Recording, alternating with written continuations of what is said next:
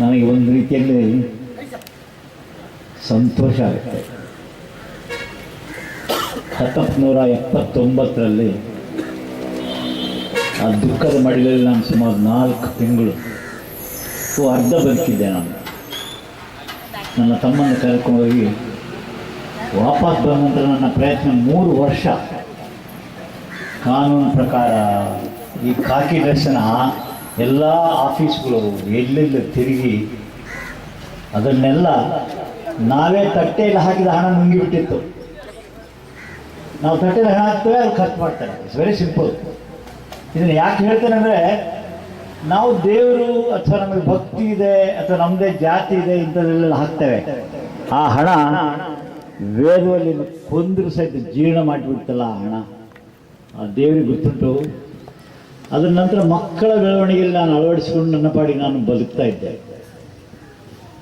ಈ ಸೌಜನ್ಯನ ಕೇಸು ಒಂದ್ಸಲ ಆದ ನಂತರ ಹೇಳ್ತೇನೆ ಕೇಳಿ, ನಿಜವಾಗ್ಲೂ ಅವರೆಲ್ಲ ಪ್ರಾಣಿಗಳು, ಮನುಷ್ಯರೆಲ್ಲ. ನಾವು ಆ ಪೀಠಕ್ಕೆ ಸುಮ್ಮನೆ ನಮಸ್ಕಾರ ಹಾಕ್ತಾರೆ, ಅಯೋಗ್ಯರು.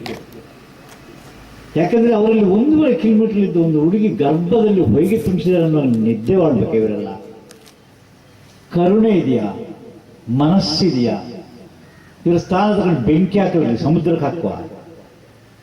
ಇವರು ಸಾಯೋರಲ್ಲ, ಆ ಕುರ್ಚಿಲ್ಲೇ ಸಾಯೋದು. ಇವರು ಯಾರು ಹೊರಗೆ ಸಾಯಲೇಬೇಕಲ್ಲ, 4 ಜನ ಹೊರಲಿಕ್ಕೆ ಬೇಕೇ ಬೇಕು. ಈ ಆಲೋಚನೆ ಇಲ್ಲವೇ ಇಲ್ಲ ಅವರಿಗೆ.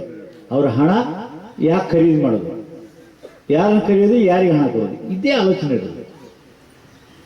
ನನ್ನ ಹೆಂಡತಿ ಪಾಪ ಆ ಸೀನಿಯಾರಿಟಿಗೆ ಅರ್ಜಿ ಹಾಕುವಾಗ ಈ ಅಧ್ಯಕ್ಷನ ಮನೆಗೆ ಹೋಗಿದೆ. ನಾವು ಯುಗಾದಿ ದಿವಸ ನಿನಗೆ ಮನಸ್ಸಿಲ್ಲದೆ ನಾವು ರಿಸೈನ್ ಮಾಡ್ತೇವೆ, ನಮ್ಗೆ ಆ ನೌಕರಿ ಬೇಕಾಗಿಲ್ಲ ಅಂತ ಹೇಳಿದ್ದೇವೆ. ಆದರೆ ಅದೇ ದೇವಸ್ಥಾನದ ಎದುರಿಗೆ ಆ ಬೀಡಲ್ಲಿ ಕೂತ ಮನುಷ್ಯ ನೀವು ಮುಂದರಿಸಿ ಕಾನೂನು ಪ್ರಕಾರ ನಾನು ಮಾಡ್ತೇನೆ ಅಂತ ಹೇಳಿದ. 48 ಗಂಟೆಯಲ್ಲಿ ಉಜಿರೆ ಎಜುಕೇಷನ್ ಸೊಸೈಟಿ ಫೈಲ್ಗಳನ್ನು ಸುಡಿಸಿ ಧರ್ಮಸ್ಥಳ ಎಜುಕೇಷನ್ ಸೊಸೈಟಿಯಲ್ಲಿ ಒಬ್ಬ ಮನುಷ್ಯನ ತಂದು ನನ್ನ ಹೆಂಡತಿಗೆ ಸೀನಿಯರ್ ಮಾಡಿಟ್ಟ. ಅದಕ್ಕೆ ನಾವು ಕೋರ್ಟಿಗೆ ಹೋದದಕ್ಕೆ ನನ್ನ ಹೆಂಡತಿಯನ್ನು ಕೊಲ್ಲಬೇಕಾಯ್ತು ಅವರು. ನೋಡಿ, ಯಾವ ಮನುಷ್ಯನಿಗೆ ಕೋರ್ಟಿಗೆ ಹೋಗೋ ಅಧಿಕಾರ ಇಲ್ವ? ಈಗ ನಾನು ಡಾಕ್ಟರ್ ಹರಳೆ ಇದ್ದೇನೆ, ಇಲ್ಲಿ ಯಾರಿಗೂ ಒಂದು ಇಂಜೆಕ್ಷನ್ ಕೊಟ್ಟು ಸತ್ತ ಕೂಡಲೇ ಆ ಸತ್ತ ಮನೆಯವರು ನನ್ನ ಎದುರಿಗೆ ಕೋರ್ಟಿಗೆ ಹೋಗ್ಬಾರ್ದ ಅಲ್ವಾ? ನಾನು ಉತ್ತರ ಕೊಡಬೇಕೇ ಅಲ್ಲ. ಯಾಕಂದ್ರೆ ನಾನು ಇಂಜೆಕ್ಷನ್ ಕೊಟ್ಟಿರ್ತೇನೆ, ಏನು ಕೊಟ್ಟಿದ್ದಾನೆ, ಯಾಕೆ ಸತ್ತಿತ್ತು, ಈ ಎಲ್ಲ ವಿವರವನ್ನು ನಾನು ಹೇಳಲೇಬೇಕು. ಅವ್ರ ಸಹಿತ ಕೋರ್ಟಿಗೆ ಒಂದು ಹೇಳಲೇಬೇಕಲ್ಲ. ಇದೇನಾಗಿದೆ ಅಂದರೆ ಮಂಡುಕ ಶಾಸ್ತ್ರ. ನೀರಿನಲ್ಲಿದ್ದು ಮಂಡುಕ ಏನು ಮಾಡುತ್ತೆ, ಅಲ್ಲೇ ನೀರಿದೆ ಪ್ರಪಂಚದಲ್ಲಿ, ಇನ್ನೆಲ್ಲಿಲ್ಲ ಅನಿಸುತ್ತೆ. ಅದೇ ಬುದ್ಧಿ ಉಂಟು ಅವರಿಗೆ. ಅವ್ರು ಹೇಳಿದ್ದಾಗಬೇಕು, ಅವರೇ ಕಾನೂನು. ಇದೆಲ್ಲಿವರಿಗೆ ನಡೆಯುತ್ತೆ ಅಂತ ಗೊತ್ತಾಗಲ್ಲ. ಮೊನ್ನೆೊಬ್ಬರು ಸಂಖ್ಯಾಶಾಸ್ತ್ರ ಹೇಳಿದ್ರು, 3, 4, 34 ವರ್ಷ 7 ಸಂಖ್ಯೆ ಉಂಟಲ್ಲ, ಯಾವುದೇ ಮನುಷ್ಯ ತಪ್ಪು ಮಾಡಿದ್ರೆ ಅವನು ಆ 7 ಸಂಖ್ಯೆ ಟೋಟಲ್ ಬರುವಾಗಿ ಸಿಕ್ಕಿ ಬೀಳ್ತಾನೆ ಅಂತ ಗಾದೆ ಉಂಟು, ಶಾಸ್ತ್ರ ಸಹಿತ ಉಂಟು. ನೋಡಿ ಹೇಗೆ ನನ್ನ ಹೆಂಡತಿಯ ನೆನಪು, ಆ ಗೇಟ್ ತೆಗೆಯುವ ಸಹಿತ ನೆನಪಾಗುತ್ತೆ. ನೀವು ನಂಬಬೇಕು. ನನ್ನ ಹೆಂಡತಿ ಆ ಶಬ್ದ ಇದೆಯಲ್ಲ, ಇಲ್ಲಿ ತಾಯಿಂದಲ್ಲಿ ಕೂತಿದ್ದಾರೆ ಅಥವಾ ಸಣ್ಣ ಹುಡುಗಿಯರು ಮದುವೆಯಾಗಿ ಹೋಗಿಬಿಡ್ತಾರೆ. ಅವರು ಮದುವೆಯಾಗಿ ಹೋಗಿ 1 ತಿಂಗಳು ಮಾತ್ರ ತಂದೆ ತಾಯಿಗಳು ಮಗಳಾಗಿ ಬದುಕಿರ್ತಾರೆ. 2ನೇ ತಿಂಗಳು ಗಂಡನ ಪಾಕೆಟ್ ಮಾಡ್ತಾರೆ. 3, 4, 5 ತಿಂಗಳಲ್ಲಿ ಅತ್ತೆ ಮಾವನ ಪಾಕೆಟ್ ಮಾಡ್ತಾರೆ. ಮತ್ತೆ ಅವರು ಅಧಿಕಾರಿಗಳು ಆಗ್ತಾರೆ. ಇದು ಸಾಂಸಾರಿಕ ಜೀವನದಲ್ಲಿ ಒಂದು ಕುಟುಂಬದಲ್ಲಿ ಆಗುವಂಥ ಒಂದು ಪ್ರಕ್ರಿಯೆ, ದೇವರು ಮಾಡಿದ ಪ್ರಕ್ರಿಯೆ ಇದು. ಅರ್ಥ ಆಯ್ತಾ? ಅಂತ ಹೆಂಡತಿಯನ್ನು ಇವರು ತೆಗೆದ್ರಲ್ಲ, ಇವರ ಹೆಂಡತಿ ಹೋದ್ರೆ ಗೊತ್ತಾಗುತ್ತೆ. ಈ ಕಾಯಿಲೆಯಲ್ಲಿ ಬಿದ್ದಿದ್ದಾರೆ. ನಾವು ತಟ್ಟೆಲ್ಲ ಹಾಕಿದ ಹಣ ಕೋಟಿಗಟ್ಟಲೆ ಖರ್ಚು ಮಾಡಿದ ಆ ಮನುಷ್ಯ. ಇಲ್ಲಿದ್ದವರಿಗೆ 100 ರೂಪಾಯಿ ಇಲ್ಲ ಡಾಕ್ಟ್ರಲ್ಲಿ ಕೊಡ್ಲಿಕ್ಕೆ. ಗೊತ್ತುಂಟ ನಿಮಗೆ? ಯಾರ್ದು ಹಣ ಸುಲಭಾಗುತ್ತೆ, ಏನು ಟ್ರಾನ್ಸ್ಪ್ಲಾಂಟ್ ಮಾಡ್ಬೋದು. ಇಂಥವೆಲ್ಲ ಅವಾಂತರಗಳು ಮಾಡಿ ಸಹಿತ ಅವ್ರನ್ನ ಅವ್ರು ರಕ್ಷಣೆ ಮಾಡಿಕೊಂಬುವ ಎಲ್ಲ ಪ್ಲಾನನ್ನು ಮಾಡ್ತಾರೆ. ನೋಡಿ, ನೀವೆಲ್ಲ ನನ್ನ ತಾಲೂಕಿನವ್ರು ಅಲ್ವಾ? ಯಾಕೆಂದ್ರೆ ನೋಡಿ, ಆ ಪ್ರೀತಿ ವಿಶ್ವಾಸ ನನಗಿಂತ ಅವರಲ್ಲಿ ಹೆಚ್ಚು ಬೇಕು. ನಾನು ರೈತರಿಗೆ ಹುಟ್ಟಿ ಬೆಳೆದು ಇಲ್ಲಿ 51ನೇ ವರ್ಷ ನಡೀತಾ ಉಂಟು. ನನಗೆ ಬರೀ ಮೆಡಿಕಲ್ ಸೇವೆ ಮಾಡಿ ಬದುಕ್ತಾ ಇದ್ದೇನೆ. ನಾನು ಹಣ ಆಸ್ತಿ ಮಾಡ್ಲಿಕ್ಕೆ ಬರಲಿಲ್ಲ ಈ ಊರಿಗೆ. ನಾನು ಬದುಕಲಿಕ್ಕೆ ಸಾಕಷ್ಟು ಸೊತ್ತಿದೆ ನನ್ನ ಹತ್ರ.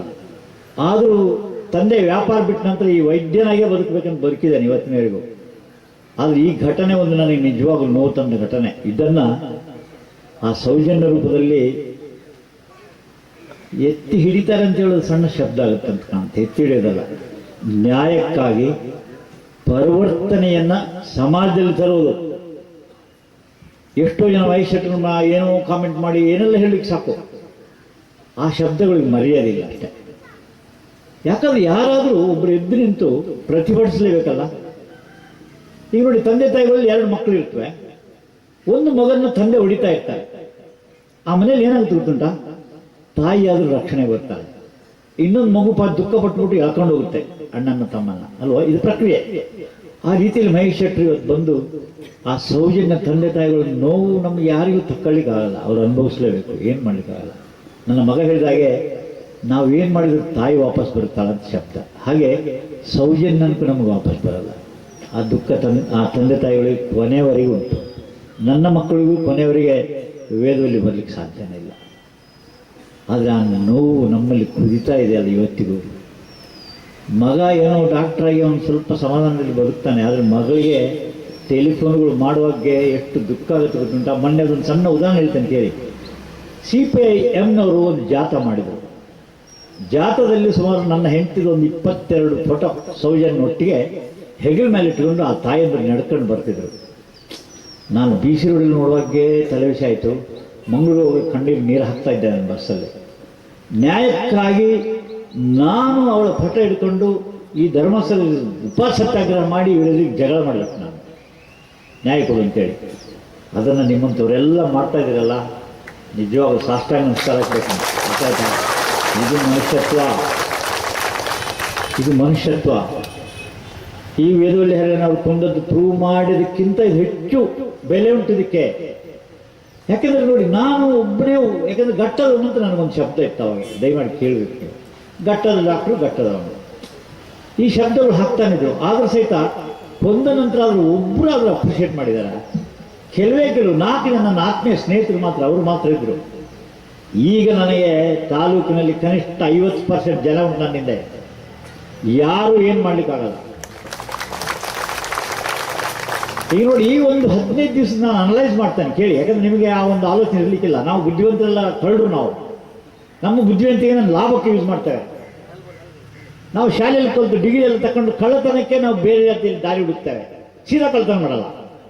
ಅಂತ ಬುದ್ಧಿವಂತರದ್ದು ಒಂದು ಪರ್ಸೆಂಟೇಜ್ ಇದೆ. ಈ ಸೌಜನ್ಯ ಕೇಸ್ನಲ್ಲಿ ಆಗೋದು, ನನ್ನ ಹೆಂಡತಿ ಇದರಲ್ಲಿ ಆಗೋದು, ಆ 20% ಜನರಿದ್ದಾರಲ್ಲ, ಬರೇ ಸ್ವಾರ್ಥಿಗಳು. ಅವರಿಗೆ ಕೆಟ್ಟಷ್ಟು ಶಬ್ದ, ಅವರ ಮನೆಯಲ್ಲಿ ಈ ಘಟನೆ ಆಗಬೇಕು, ಬುದ್ಧಿ ಬರುತ್ತೆ. ಅದೇ ನೋಡಿ, ಮಧ್ಯಸ್ಥರದಲ್ಲಿದ್ದಾರೆ, ಕೆಳಗಿನವರಿದ್ದಾರೆ. ಈ 2 ಗುಂಪು ನಿಜವಾಗ್ಲೂ ಹ್ಯಾಟ್ಸ್ ಆಫ್. ಯಾಕಂದ್ರೆ ನೋಡಿ, ನಿಮಗೆ ದೇವರು ವಿದ್ಯೆ ಕೊಟ್ಟಿರ್ಲಿಕ್ಕಿಲ್ಲ, ಹಣ ಕೊಟ್ಟಿರ್ಲಿಕ್ಕಿಲ್ಲ, ಆದ್ರೆ ಮನುಷ್ಯತ್ವ ಕೊಟ್ಟಿದ್ದಾರಲ್ಲ.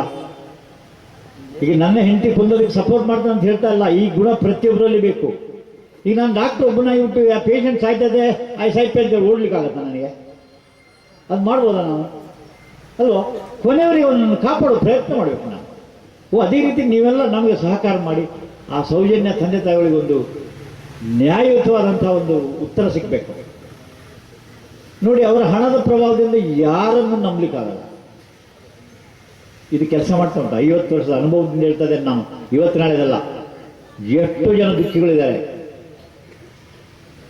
5 ಸೆಂಟ್ ಜಾಗದಲ್ಲಿ ಬದುಕುವನ್ನು ಸಹಿತ ಬದುಕಲಿಕ್ಕೆ ಬಿಡಲಿಲ್ಲ ಇವರು. ಅವ್ರ ಅಪ್ಪ ಅಲ್ಲೇ ಸತ್ತಿದ್ದ, ಅವರ ಅಜ್ಜ ಅಲ್ಲೇ ಸತ್ತಿದ್ದ. ಯಾಕೆ ಇವೆಲ್ಲ ನನಗೆ ಗೊತ್ತಾಗೋದು? ನನ್ನಲ್ಲಿ ಲೇಟೆಸ್ಟ್ ನನಗೆ ಮಾಡಿದ ಸಿಸ್ಟಮ್ ಗೊತ್ತುಂಟ. ಇದು 40 ವರ್ಷದಿಂದ ಇತ್ತು. ನನ್ನ ಬೋರ್ಡು ರವೀಂದ್ರ ಪ್ರಭುಗಳ ಡಿಸ್ಪೆನ್ಸರಿ ಎದುರಿಗೆ ಇತ್ತು. ನೀವೆಲ್ಲ ನೋಡಿರ್ಬೋದಲ್ಲ, ಡಾಕ್ಟರ್ ಹಳ್ಳಿನ ಬೋರ್ಡ್ ಇತ್ತು. ನಾನು ಅಲ್ಲಿ ಕೂತೇನು ಪ್ರಾಕ್ಟೀಸ್ ಮಾಡ್ತಾ ಇರಲಿಲ್ಲ. ನಾನು ₹1 ತಗೊಳ್ಳಿಲ್ಲ ಈ 17 ವರ್ಷ. ಈ ಪೌಲಸ್ನ ಹತ್ರ ಫ್ರೀ ಕೆಲಸ ಮಾಡ್ತಾ ಇದ್ದಾನೆ. ಯಾರು ಕರೆದ್ರು ಅವರಿಗೆ ಹೆಲ್ಪ್ ಮಾಡಿ ನಾನು ನನ್ನ ಉದ್ಯೋಗದಲ್ಲಿ ನಡೆಸ್ತಾ ಬಂದಿದ್ದೇನೆ. ಆ ಬೋರ್ಡ್ ಹಾಕಿದ್ದಕ್ಕೊಂದು ಕಾರಣ ಉಂಟು. ಅಲೋಪತಿ ಪ್ರಾಕ್ಟೀಸ್ ಮಾಡಲಿಕ್ಕೆ ಅವರಿಗೆ ಅಧಿಕಾರ ಇರಲಿಲ್ಲ. 3 ವರ್ಷದಿಂದ ಒಂದು ಸರ್ಕಾರದ ಆರ್ಡರ್ ಬಂತು. ಅವರು ಪ್ರತಿ ವರ್ಷ ₹5,000 ಲೈಸೆನ್ಸ್ ಕಟ್ಟಬೇಕು. ಅಲೋಪತಿ ಗುರ್ತಿದ್ದವ್ರು ಮಾತ್ರ ಅಲೋಪತಿ ಅವಧಿ ಕೊಡಬೇಕಂತ ಬಂತು. ಅವರು ಅದು ಹೇಳುವಾಗಿ ನಾನು ಹೇಳಿದೆ, ನನ್ನ ಹೆಸರಲ್ಲಿ ಅರ್ಜಿ ತುಂಬಿಸುವ, ನನ್ನ ಅಸಿಸ್ಟೆಂಟ್ ಆಗಿ ಕೆಲಸ ಮಾಡಿ. ಇಟ್ಸ್ ವೆರಿ ಸಿಂಪಲ್, ಎಲ್ಲರಿಗೂ ಅರ್ಥ ಆಗುತ್ತೆ. ಇದು ಕಾನೂನು ರಹಿತ. ಸೊ ನನ್ನ ಹೆಸರು ಬರೆದು ಫಾರ್ಮ್ ತುಂಬಿಸಿದೆ. ಅವ್ರ ಅಸಿಸ್ಟೆಂಟು ಆ ಕ್ಲಿನಿಕಲ್ ಮಾಡ್ತಾರೆ ಅಂತ ಬರೆದೆ. ಅವ್ರು ಏನಾಯ್ತು, ನನ್ನ ಬೋರ್ಡ್ ಹಾಕಿದ್ರು. ಲಾಸ್ಟ್ 10-15 ದಿವಸದಿಂದ ಟೆಲಿಫೋನ್ ಮೇಲೆ ಟೆಲಿಫೋನ್ ಆ ಬೋರ್ಡ್ ತೆಗೆಸ್ಲಿಕ್ಕೆ. ನನ್ನ ಕ್ಲಿನಿಕ್ ಆದ್ರೆ ಇವ್ರ ಅಪ್ಪ ಬರಬೇಕು ತೆಗೆಸ್ಲಿಕ್ಕೆ, ಸತ್ತವ. ನಾನು ಆ ರವೀಂದ್ರ ಪ್ರಭುಗೆ ಹೆಲ್ಪ್ ಮಾಡಿದ್ದೆ. ಪಾಪ ಅವನಿಗೆ ಪ್ರಾಕ್ಟೀಸಿಗೆ ಕಲ್ಲು ಹಾಕ್ತಾರೆ. ಅವರ ಸೆಲ್ಫ್ ಹೆಲ್ಪ್ ಗ್ರೂಪ್ನ ಮಧ್ಯೆ ಹೋಗಬಾರ್ದು, ಅವನು ಹೋಗ್ಬಾರ್ದು, ಇವನು ಹೋದಂತ ಇವನು ಕಂಪ್ಲೇಂಟ್ ಮಾಡ್ತಾನೆ. ಅವನಿಗೆ ಹೋದವರಿಗೆಲ್ಲ ಅದಕ್ಕೆ ಕಿರುಕುಳ ಶುರುವಾಗುತ್ತೆ. ಹಾಗಾಗಿ ನನ್ನ ಬೋರ್ಡ್ ತೆಗೆದು ನನ್ನ ಘೋಷಿಗೆ ಕಟ್ಟು ಅಂತ ಹೇಳಿದೆ ನಾನು. ನೋಡಿ, ಇಂಥ ಘಟನೆಗಳನ್ನೇ ಮಾಡಿ ಬದುಕ್ತಾ ಇದ್ದಾರೆ ಇವರಿಗೆ 45 ವರ್ಷ. ಒಂದೊಂದು ಲೆಕ್ಕ ಬರಲಿ, ಒಳ್ಳೆ 1,000 ಪೇಜಿನ ಬುಕ್ ಆಗ್ಬೋದು, ಅವ್ರಿಗೆ ಗೊತ್ತುಂಟು. ಇದನ್ನು ತಗೊಂಡೋಗಿ ಸೀಡಿ ಮಾಡಿ ಹೇಳಿಸೋರಿದ್ದಾರೆ ಇಲ್ಲಿ, ಗೊತ್ತು ನಿಮಗೆ. ಇದನ್ನು ಸೀಡಿ ಮಾಡಿ ಹಾಕಿ ನೋಡ್ತಾರೆ, ನೋಡ್ಲಪ್ಪ ಏನು ಮಾಡ್ಲಿಕ್ಕಾಗಲ್ಲ ಅವರಿಗೆ. ಯಾಕಂದ್ರೆ ನೋಡಿ, ಅವರಿಗೂ ಅಧಿಕಾರ ಇದೆ, ನಮಗೂ ಅಧಿಕಾರ ಇದೆ. ಯಾಕಂದ್ರೆ ನಾವೇನೋ ಅವ್ರನ್ನ ದೂರದಿಲ್ಲ, ನಮ್ಗಾದ ಅನ್ಯಾಯ ಹೇಳ್ತೇವೆ, ಹೇಳೋದಕ್ಕೆ ಸಹಿತ ಅಧಿಕಾರ ಉಂಟಲ್ಲ. ಇನ್ನೇನಂದ್ರೆ ಕಾನೂನು ಪ್ರಕಾರ ಇವ್ರಿಗೆ ಎಷ್ಟು ಸಾಧ್ಯ ಉಂಟು ಅಷ್ಟು ತಪ್ಪಿಸ್ತಾರೆ. ನೋಡಿ, ಇವತ್ತಿಗೂ ನನ್ನ FIR ಕಾಪಿ ನನ್ನ ಹತ್ರ ಇಲ್ಲ, ಕೋಲ್ಡ್ ಸ್ಟೋರೇಜಲ್ಲಿ ಇಟ್ಟಿದೆ ಅಂತ ಹೇಳ್ತಾರೆ. ಬೀರು ಪೋಟಾಕಿ ಕೋಲ್ಡ್ ಸ್ಟೋರೇಜಲ್ಲಿ, ಅದು ಉಂಟೋ ಇಲ್ಲ ದೇವರೇಗಲ್ಲ. ಈಗ ನನ್ನಲ್ಲಿ ಎವಿಡೆನ್ಸ್ ಇರೋದು ಎರಡೇ. ಒಂದು, ಆ ಶಾಲೆಯಲ್ಲಿ ಸಸ್ಪೆಂಡ್ ಮಾಡಿದಕ್ಕಾಗದ ನನ್ನ ಹೆಂಡತಿ 40 ಪೇಜಿನ ಒಂದು ಕತೆ ಬರೆದಿದ್ದು. ಈ ಜಗನ್ನಾಥ ರಾಯ್ ಅಂತ ವೀರೇಂದ್ರ ಹೆಗಡೆ ಹೆಸರು ಕೊಟ್ಟು, ಅವರು ಅಧ್ಯಕ್ಷರು ಧರ್ಮಸ್ಥಳ ಎಜುಕೇಷನ್ ಸೊಸೈಟಿಗೆ. ಆ ಅಧ್ಯಕ್ಷರಿಗೆ ಜಗನ್ನಾಥ ರಾಯ್ ಅಂತ ಹೆಸರು ಕೊಟ್ಟು, ಆ 40 ಪೇಜ್ನಲ್ಲಿ 2-3 ಸಲ ವೀರೇಂದ್ರ ಅಂತ ಬರೆದು ನಮ್ಮ ಇಬ್ಬರ ಪ್ರಾಣ ತೆಗಿತಾರೆ ಇವರು, ಈ ಕತೆ ಮುಗಿಯೋದು ಮುಂಚೆ ಅಂತ ಬರೆದಿದ್ದಾರೆ. ಅದನ್ನು ದುಬೈ ಪೋಸ್ಟ್ ಮಾಡಿದ್ವಿ ಒಬ್ಬ ಸ್ನೇಹಿತರು. ನಿನ್ನೆ ಅವರು ಕ್ಯಾನ್ಸರಲ್ಲಿ ಸತ್ರು, ಬಾಲಕೃಷ್ಣ ಸೋಮಾಜಿ ಅಂತೇಳಿ. ಅವರು ಅದನ್ನು ವಾಪಸ್ ನನಗೆ ಪೋಸ್ಟ್ ಮಾಡಿದ್ದು ನಾನಂತ ಇಟ್ಟಿದ್ದೆ. ಮೊನ್ನೆ 6 ಜನ ಚಾನೆಲ್ಗಳು ಹುಡುಕುವಾಗ ಅವ್ರಿಗೆ ಸಿಕ್ತದೆ. ಅದನ್ನು ಜಿರಾಕ್ಸ್ ಮಾಡಿ ಕೊಂಡೋಗಿದ್ದಾರೆ. ಅದೇ ನನಗೆ ಲೈವ್ ಎವಿಡೆನ್ಸ್. ಈಗ ನನ್ನ ಹೆಂಡತಿನ ಇವ್ರು ಕೊಂದೋದಕ್ಕೆ ಒಂದೇ ಸಾಕ್ಷಿ, ಆ ಮ್ಯಾನೇಜ್ಮೆಂಟ್ನ ಅಧ್ಯಕ್ಷ. ಯಾಕಂದ್ರೆ ನೋಡಿ, ಪರ್ಫರೇಷನ್ ಅಂದರೆ ಮನುಷ್ಯ, ಈಗ ಡಾಕ್ಟರ್ ಹಲ್ಲ ಇದ್ದಾನೆ, ನನ್ನ ಕಂಪೌಂಡರ್ ಇರ್ತಾರೆ, ಇಂಜೆಕ್ಷನ್ ಕೊಡು ಅಂತ ಹೇಳ್ತಾನೆ ಅಲ್ವಾ. ಆ ಇಂಜೆಕ್ಷನ್ ಕೊಟ್ಟು ಸತ್ತರೆ ಆ ಇಂಜೆಕ್ಷನ್ ಕೊಟ್ಟವನು ತಪ್ಪ, ಹರಳಿದಲ್ವಾ ಅನ್ಸಲ್ಲ ನಿಮಗೆ? ಆ ಸಿಸ್ಟರ್ ಏನು ಮಾಡ್ತೇನೆ, ನಾನು ಒಂದು ಔಷಧಿ ಇರ್ತೇನೆ, ಅದು ಇಂಜೆಕ್ಷನ್ ಕೊಟ್ಟು ಅದು ಪೇಷಂಟ್ ಸತ್ತು ಹೋಗುತ್ತೆ. ಯಾರ ಕಾರಣ? ನಾನು. ಹಾಗೆ ಅಧ್ಯಕ್ಷ, ಆ ಅಧ್ಯಕ್ಷನ ಕರ್ತವ್ಯ ಏನಿಲ್ಲ, ಅದನ್ನು ತಪ್ಪಿಸ್ಬೇಕು, ಓಡಬೇಕು, ಎರಡೇ ಶಬ್ದ ಇರ್ತದೆ. ಸೊ ಇಂಥ ಅವಘಡಗಳನ್ನು ಮಾಡಿ ರಕ್ಷಣೆ ಪಡ್ಕೊಂಡಿದ್ದಾರೆ. ನೋಡುವ ಈ ಸಲ ಎಲ್ಲಿ ರಕ್ಷಣೆಯಲ್ಲಿ ಹೋಗಿ ಅಡಿಗೆ ಕೂತ್ಕೊಳ್ತಾರೆ ಅವರು, ಇಂಪಾಸಿಬಲ್. ಇದೇನೆಂದರೆ, ಒಂದು ಗಾದೆ ಉಂಟು ಕೇಳಿ ಯೋಗದಲ್ಲಿ, ನೀನು ದೇಹ ಇದೆ, ಉಸಿರಿದೆ, ಮಧ್ಯದಲ್ಲಿ ಮನಸ್ಸು ಉಂಟು ಅಂತ ಉಂಟು. ಈ ದೇಹ ಮತ್ತು ಉಸಿರಿನ ಮಧ್ಯದಲ್ಲಿ ಮನಸ್ಸಿದೆ. ನಿಮ್ಮ ಉಸಿರಾಟ ನಿಂತ್ಬಿಟ್ರೆ ಮನಸ್ಸೇ ಇಲ್ಲ ಅಂತ ಆಗುತ್ತಲ್ಲ. ವೆರಿ ಸಿಂಪಲ್ ಇದೆ. ಈ ಪರಿಸ್ಥಿತಿಯಲ್ಲಿ ಇದ್ದಾರೆ ಅವರು. ಆ ಉಸಿರು ನಿಲ್ಲುತ್ತೆ, ಮನಸ್ಸಿಲ್ಲ ಅಂತಾಗುತ್ತೆ. ಸೊ ದೇವರನ್ನು ಮಾಡೇ ಮಾಡ್ತಾನೆ, ಅದರಲ್ಲಿ ಯಾವ ಅನುಮಾನವೇ ಇಲ್ಲ. ಯಾಕಂದರೆ ಅಷ್ಟು ಅನ್ಯಾಯಗಳು ತುಳುಕ್ತಾ ಉಂಟು, ಏನು ಮಾಡಲಿಕ್ಕಾಗಲ್ಲ. ಮತ್ತು ಇನ್ನೇನಾಗುತ್ತೆ ಅಂದರೆ, ಜನರು ಡಬಲ್ ಹೆಡೆಡ್ ಅಂದರೆ 2 ನಮೂನೆಯ ಆಲೋಚನೆ ಮಾಡೋರು ಇರ್ತಾರೆ. ಅದು ದೇವರು ಸೃಷ್ಟಿ ಮಾಡಿದ್ದಾನೆ. ಸೊ ಅವರ ಒತ್ತಡ ಸ್ವಲ್ಪ ಕಡಿಮೆ ಆಗ್ತಾ ಇದೆ, ಇನ್ನೂ ಕಡಿಮೆ ಆಗುತ್ತೆ, ಅದರಲ್ಲಿ ಯಾವ ಅನುಮಾನ ಇಲ್ಲ. ಹಾಗಾಗಿ ಇವತ್ತು ಸಭೆ ಕರೆದಂಥ 2-3 ಸಂಸ್ಥೆಗಳು, ಆ ಹೆಸರು ಹೇಳಿಕ್ಕೆ ಹೋಗಲ್ಲ ನಾನು, ದಯಮಾಡಿ ಕ್ಷಮಿಸಿ. ಅವರೆಲ್ಲರಿಗೂ ದೇವರು ಆಯುರಾರೋಗ್ಯ ಕೊಡಲಿ. ಇಲ್ಲಿ ನೆರೆದವರು ಮನಸ್ಸು ಬಿಚ್ಚಿ ಇಲ್ಲಿ ಬಂದು ನಮ್ಮೊಟ್ಟಿಗೆ ಸಮಯ ಕೊಟ್ಟು ನಮ್ಮ ದುಃಖಗಳನ್ನು ಕೇಳಿದ್ದೀರಾ. ನನ್ನ ತುಂಬ ಧನ್ಯವಾದಗಳು. 7 ಮಾತು ಹೇಳಿ ನಮಸ್ಕಾರ.